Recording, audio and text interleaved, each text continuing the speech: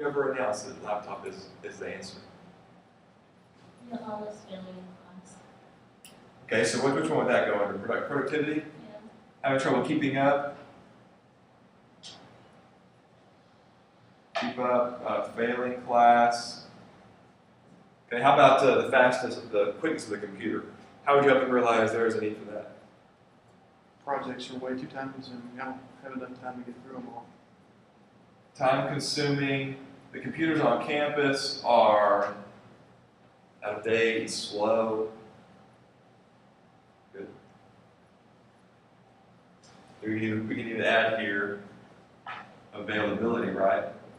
And so when I go to do an assignment, the labs are full or they're closed, right? Oh no. Okay, how about mobile? Why is that important? Help them realize there's a need for this to be mobile. Well, I mean, if everybody else is mobile. Ooh, everybody else is doing it. Okay. We'll talk a little bit about that later, being You could keep a weighable reason, but it's not real. It's called fallacy, yeah, but still. You could keep an entire backpack's worth of books and paper in that one thing. Good. So my bag is too heavy. I've got this is a real important one here. If you're a girl, you're talking dad, this one seals the deal.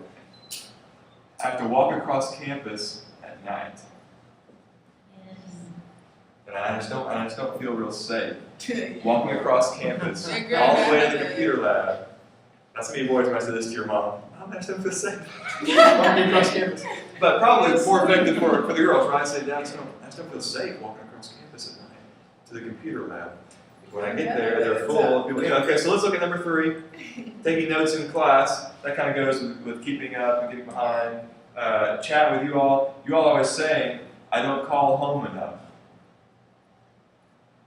You wish you could see me more often. The gas prices are too high. Yep, that's my Skype. That's right. You're on the right track here.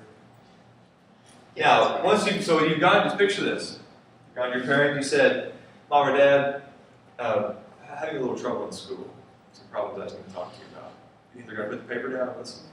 Yeah, most likely. You'll say, finding a lot of the projects we're doing are just really time consuming. You want to stay in the same orders. We may need to change this up, kind of adapt to this, but say things are time consuming, getting behind in class, there's so much information in the classroom, having a hard time keeping up, taking notes. It's causing me to have some lower grades in the classes, and I don't want to have lower grades. And your money to be wasted.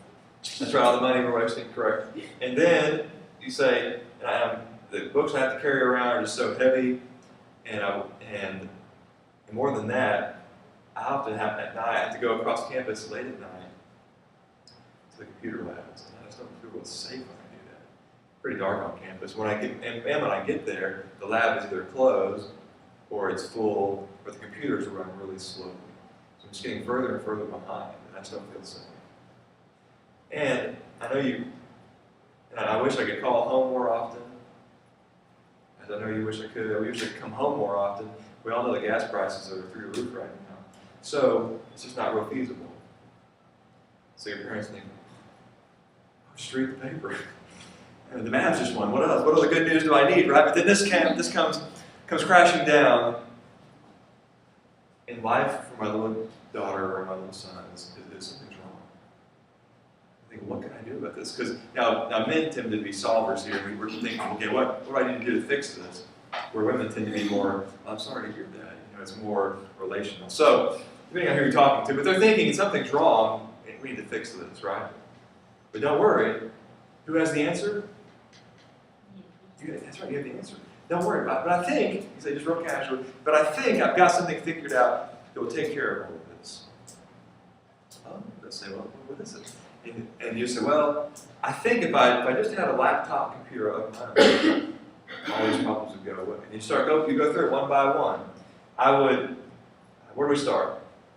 The assignments, I'll be able to take notes in the classroom a lot faster because I can type a lot faster.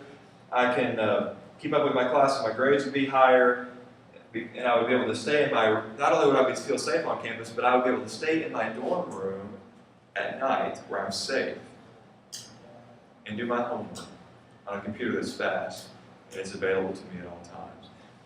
So, and Dad, best of all, anytime you want to talk to me, anytime you want to see me, all you have to do is contact me through Skype and we can do a video chat. Yes. For $700 it solves all those problems. Sounds like a pretty good deal, doesn't it?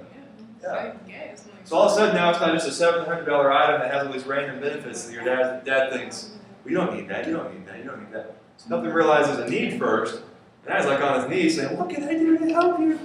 He said, well, it's just a laptop. Oh, well, okay, here's a laptop.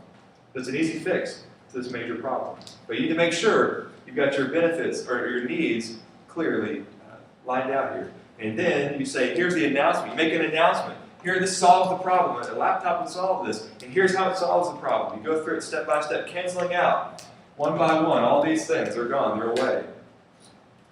And then visualization. So now, Dad, imagine. You kind of recap a little bit here. No new information. You're just kind of recaps this. So now imagine, instead of me walking across campus 1,000 miles away from you all late at night by myself to do my homework in a lab that's closed down and busy anyway, on a slow computer, I no longer have to do this and get behind in class and feel alone because I can't talk to you all and see you all when I want to. Instead, I'll have this computer and I can talk to you anytime. I feel safe. It's kind of just a real clean recap. It helps them see it in their minds. So that, and this is real effective too. If you get them, you say, doesn't this sound good? We have a tendency, if we've gone through all these steps effectively in a smooth manner, we've kind of been choppy here, but if you go through it real smoothly, and I've seen this done in class, and it fascinates me when I've even seen it done, is if you can say, get them thinking that's a good idea, and then you ask the question, doesn't that sound good? And you nod your head like this. What do you feel the urge to do right now? Is nod your head, right? Yeah. And if I can get you thinking positively here in this moment, well then common sense says, you're what we want to do this. So all I have to do is say, so will you give me one? And it's hard for people to say no in this situation. Have you ever been to just a department store of some kind? Let's say it's a Radio Shack or not Radio Shack or like a Best Buy or even a different type of store. If you go in, there are salespeople there. They will, if they're trained to do this, they will start asking you positive questions. What I mean by that, I mean mindless small talk where the answer is always going to be yes, and they know it's going to be yes. Isn't it a beautiful day outside? Yeah, it sure is. Aren't you glad that blah, blah, blah, yeah. Just things that are very positive.